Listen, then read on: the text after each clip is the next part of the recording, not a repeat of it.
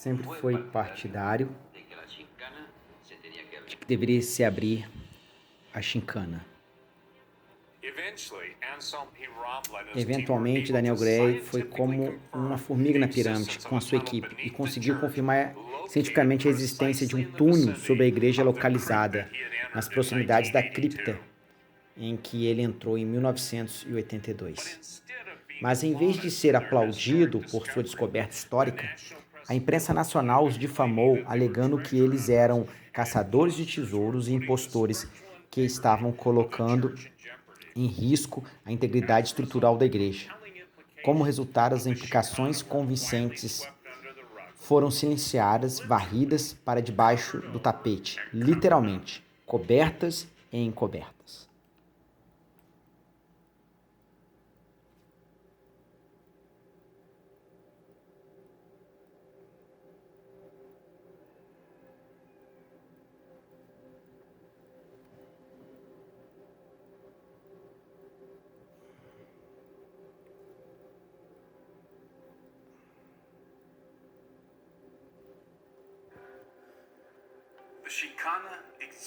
A Chincana existe. É uma implicação impressionante inerente a este fato. A mente racional é forçada a concluir que temos uma lacuna substancial em nosso conhecimento do passado, como um quebra-cabeça intricado com algumas das peças mais essenciais faltando. Alguém está segurando essas peças que faltam e acredito que as tenha montado silenciosamente por detrás da muita conveniente, uma década de arqueologia convencional cegada, como está pela doutrina enganosa do darwinismo e da evolução das espécies. A questão é, para que fim?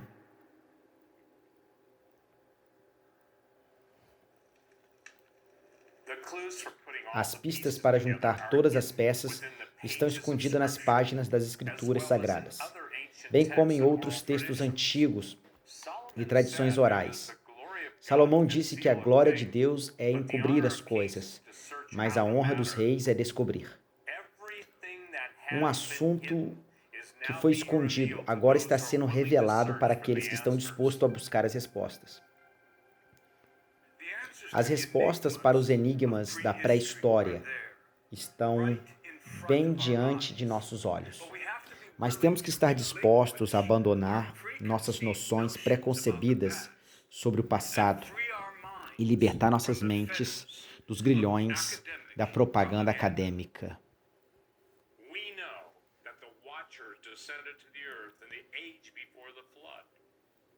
Os anjos caídos que não guardaram seu principado ou primeiro estado estão presos em cadeias de escuridão, como claramente declarado no livro de Judas e na segunda carta de Pedro. Os anjos não guardaram seus principados, antes deixaram sua própria habitação, reservou Deus em cadeias de escuridão até o julgamento daquele dia. E Deus não perdoou os anjos que pecaram, mas havendo lançado nas trevas e em cadeias de escuridão, reservou para o juízo. 2 Pedro 2,4.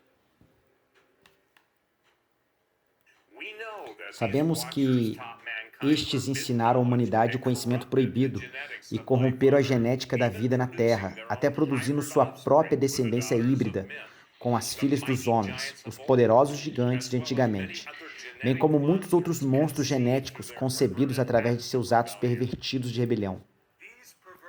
Esses seres pervertidos, esses vigilantes, como eles são chamados nos textos antigos, não apenas copularam com mulheres humanas, mas também com bestas, com animais.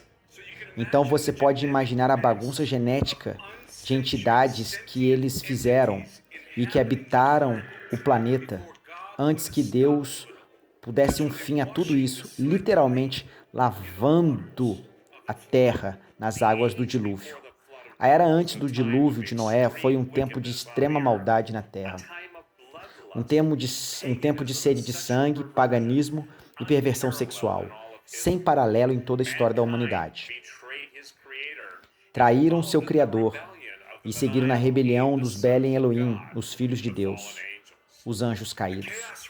O caos causado pelos vigilantes persistiu por mais de 1000 anos, após sua descida nos dias de Jared, até o dilúvio de Noé, como contado na Septuaginta grega. É uma quantidade incrível de tempo para a distribuição e propagação de genes hereditários. Ou seja, 1000 anos de mutações do DNA, não apenas da raça humana, mas de muitas outras espécies. Além da semente sobrenatural dos vigilantes caídos, era como um vírus que acabou infectando tudo. Imagine o império global dos anjos caídos e seus descendentes híbridos, os semideuses das lendas gigantes, centauros, sátiros, minotauros e uma série de outros monstros genéticos vagando pelo planeta e liderando a humanidade, a rebelião contra Deus por centenas de anos. Isso é o que os antigos chamavam da Idade de Ouro, o tempo em que os deuses desceram para se misturar com os homens. Como Prometeu, roubando o fogo dos deuses, os vigilantes trouxeram conhecimento proibido do céu, conhecimento que contaminava a mente do homem e apressou a destruição do mundo.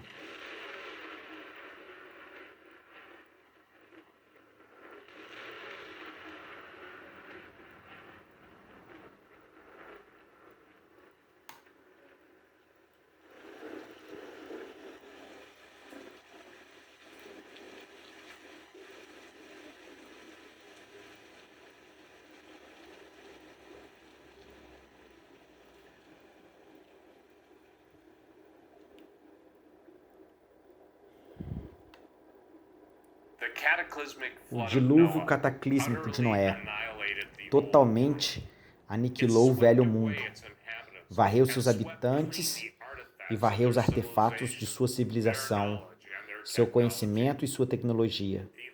Os únicos vestígios remanescentes dessa era de corrupção, a chamada Idade de Ouro, são os megalitos.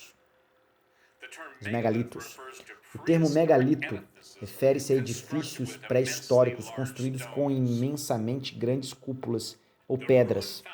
As fundações arruinadas desses megalitos, ainda de pé, como ossos sem carne, após milhares de anos de inundação, intemperismos, testemunha os deuses construtores do mundo pré-diluviano, sua descendência híbrida e seu conhecimento celestial. Existe uma vasta rede de megalitos em todo o planeta, alguns dos quais são bem conhecidos, como Baalbek, Líbano, Stonehenge, na Inglaterra, enquanto muitos outros, como a Pirâmide da Bósnia e os megalíticos recentemente descobertos na Sibéria, ainda não foram oficialmente reconhecidos como estruturas artificiais, porque seu tamanho insondável destrói absolutamente os paradigmas convencionais de antropologia. A antropologia não é apenas com suas ruínas megalíticas espalhadas por todos os continentes da superfície. Muitas estruturas megalíticas, como Chincana, estão enterradas sob o solo e afundadas sob os oceanos. Este é um fenômeno mundial que é muito mais difundido e significativo do que qualquer um imagina. O mais impressionante e importante dos sítios megalíticos do mundo está localizado nos arredores da cidade de Cusco. Os incas chamavam de Sacsayhuamana. A primeira coisa que você precisa saber sobre Sacsayhuamana, antes de formular qualquer conjectura sobre sua construção ou seus construtores, é o que você está vendo é literalmente apenas a ponta do iceberg. Quando Anselmo e sua equipe expedicionária escavaram em Sacsayhuamana, eles descobriram que mais níveis dessas paredes ciclópicas ainda estavam enterradas sob os sedimentos da montanha. Um testemunho da fúria e da força do grande dilúvio. O fato é que apenas 10 a 15% desse enorme complexo megalítico foi desenterrado. E o que resta acima do solo hoje é muito menos do que era presente séculos antes que os espanhóis dinamitassem e desmontassem os segmentos mais altos das muralhas para a construção de suas próprias vilas e catedrais na cidade de Cusco.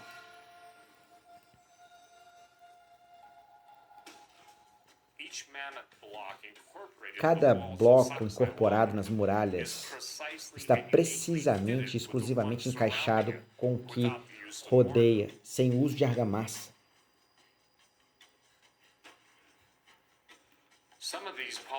Um desses polígonos blocos pesam mais de 300 toneladas e tem mais de 6 metros de altura. A pedreira de onde se acredita terem sido extraídas fica a mais de 32 quilômetros de distância. A lenda inca registra que as paredes de Sacsayhuamana foram construídas por gigantes. Os primeiros espanhóis a colocar os olhos nessas paredes também acreditavam que não poderiam ter sido construídas com mãos humanas e que deveria ter sido obra de encantamento ou demônios. Se alguma vez houve o exemplo de uma construção antiga que parece ter sido construída por gigantes, está aqui. Estas pedras enormes encaixaram-se tão perfeitamente juntas, então você não pode nem colocar um pedaço de papel entre elas.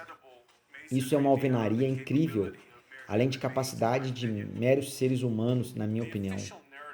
A narrativa oficial sobre as paredes de meias é de que uma mulher inca, que várias pessoas incas, usando rampas, cordas e metal maciço com cinzas, empregando milhares de trabalhadores, fizeram isso por décadas. Mas isso é ridículo, mas também impossível por inúmeras razões. No curso de suas escavações, alguns arqueólogos perceberam e descobriram provas de que civilizações anteriores ocuparam Sacsayhuamana, muito antes do surgimento do Império Inca. Embora os incas tenham feito, não construíram as paredes que elas estão as paredes megalíticas do seu império. Eles fizeram uso delas, fortificações e torres inventadas por incas. Foram erguidas bem em cima de fundações inexpugáveis pré-diluviana. A obra dos incas destaca-se como um polegar do que representa um nível de tecnologia consistente em uma civilização da Idade de Bronze. O poderoso ciclo de muralhas não fica sozinho em Cusco, uma vez que a cidade inteira era uma metrópolis megalítica.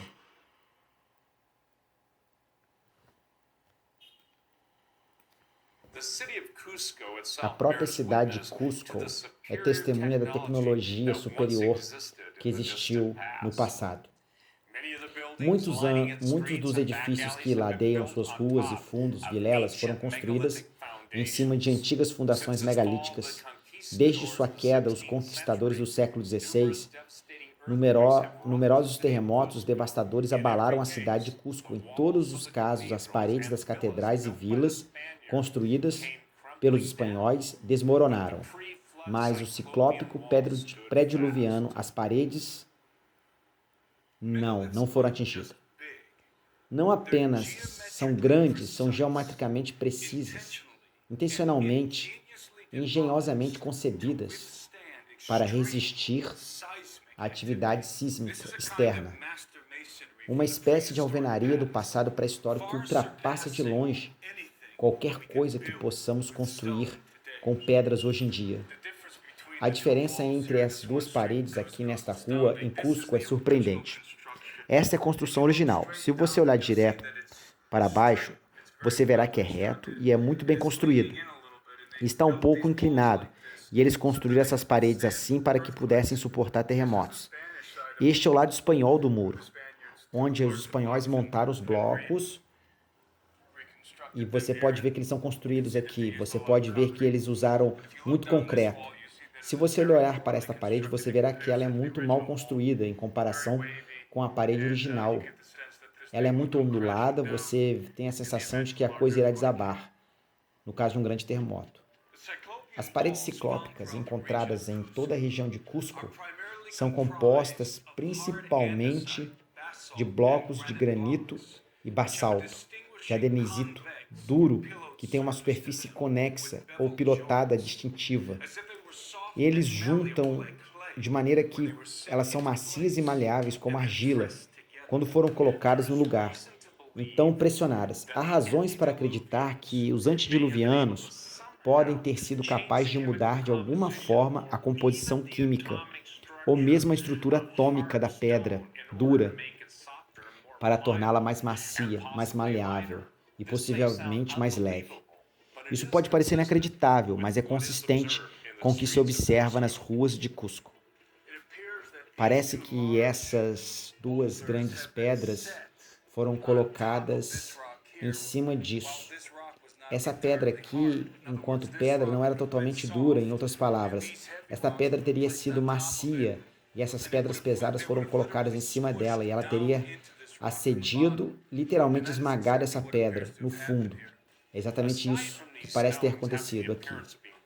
Além de pedras terem a aparência de terem sido pressionadas juntas, podem ser vistas linhas de cume levantadas nos seus parâmetros exteriores, quando as pedras adjacentes são removidas. Isto é uma indicação de que esses blocos podem não ter sido esculpidos, mas sim colocados no lugar como pedaços de barro, onde eles moldaram um no outro, endurecendo. É evidente que para qualquer um que queira pensar sobre parâmetros muito limitados da convencional arqueologia, as muralhas ciclópicas de Cusco representam em si mesmo uma era perdida de profundo conhecimento científico e tecnológico avançado. Também é evidente que nem os Incas, nenhuma das culturas que conquistaram e possuíram esse conhecimento. O que muitas vezes é ignorado é a evidência que indica quão repentinamente a devastação atingiu os construtores dos megalitos. Isto é melhor ilustrado no local onde os Incas conquistaram sua maior vitória sobre os espanhóis. O Ollantaytambo está localizado cerca de 40 milhas fora da cidade de Cusco e foi construído como uma posição defensiva pelos Incas contra os invasores espanhóis. As construções na Tubajamba representam uma função de alvenaria ciclópica pré-diluviana com alvenaria de nível inferior da Idade do Bronze e demonstra uma tentativa dos Incas de copiar o estilo ciclópico, mas o forte contraste entre os dois é gritante. Tem algumas das alvenarias ciclópicas mais bem preservadas e magistrais que já vi. Alguns dos cantos curvos nas paredes são esculpidos a partir de blocos únicos e unidos com precisão impecável. Como em Sacsayhuama, nas ruas de Cusco, essas paredes foram construídas com uma inclinação para resistir a terremotos. Uma das coisas surpreendentes sobre a engenharia dessas paredes gigantescas é que elas foram construídas em uma inclinação. Esta é uma engenharia muito avançada, além do fato de que esses blocos são absolutamente imensos.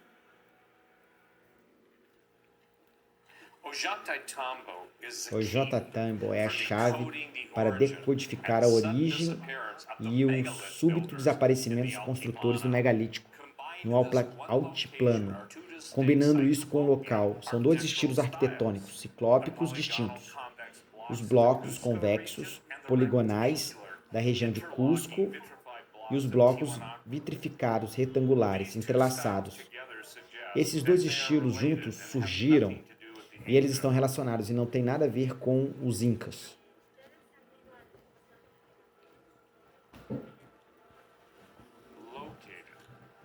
Localizado no cume das construções, estão alguns dos maiores blocos de estilo Tainawak já descobertos.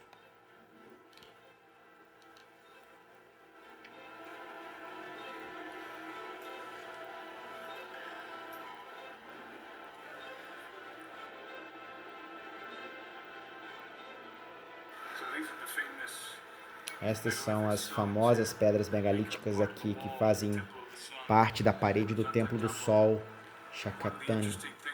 Uma das coisas interessantes que notamos ter vindo é que temos esses padrões que estavam a ser esculpidos nestas rochas, nesse muro, que são basicamente originados em Tinahuaco. E é exatamente isso que nos dizem que construíram esse muro, ou era a mesma cultura das pessoas que construíram Tiwanaku, ou eles copiaram sua forma de construção. Disseram que essas pedras menores, entre as grandes, foram colocadas para que essa estrutura resistisse a terremoto. Quando essa estrutura começasse a tremer, ela esmagaria as pedras menores, em vez das pedras grandes racharem e caíssem. Então é uma construção bastante engenhosa. Eles tomaram essas rochas onduladas, cada uma dessas pedras pesada algo de 70 a 100 toneladas, cada uma, e foi extraída do lado da montanha, lá do alto da montanha, e de algumas formas foram trazidos para cá. Estes blocos gigantescos foram cortados do leito rochoso, perto do pico da montanha, em elevação muito alta, e depois transportados na montanha abaixo, sobre o rio, através do vale e subindo as rampas de terra, e ainda estão presentes até hoje, antes de serem colocadas no lugar sem um arranhão. Isso foi, em todos os sentidos da palavra, uma façanha sobre-humana. O que é inegável sobre aquele lugar é que qualquer que tenha sido os construtores dos megalitos desapareceram repentinamente antes de terminar o projeto. Grandes blocos de pedras foram deixados no chão, como se caíssem em pânico e confusão. Afirma-se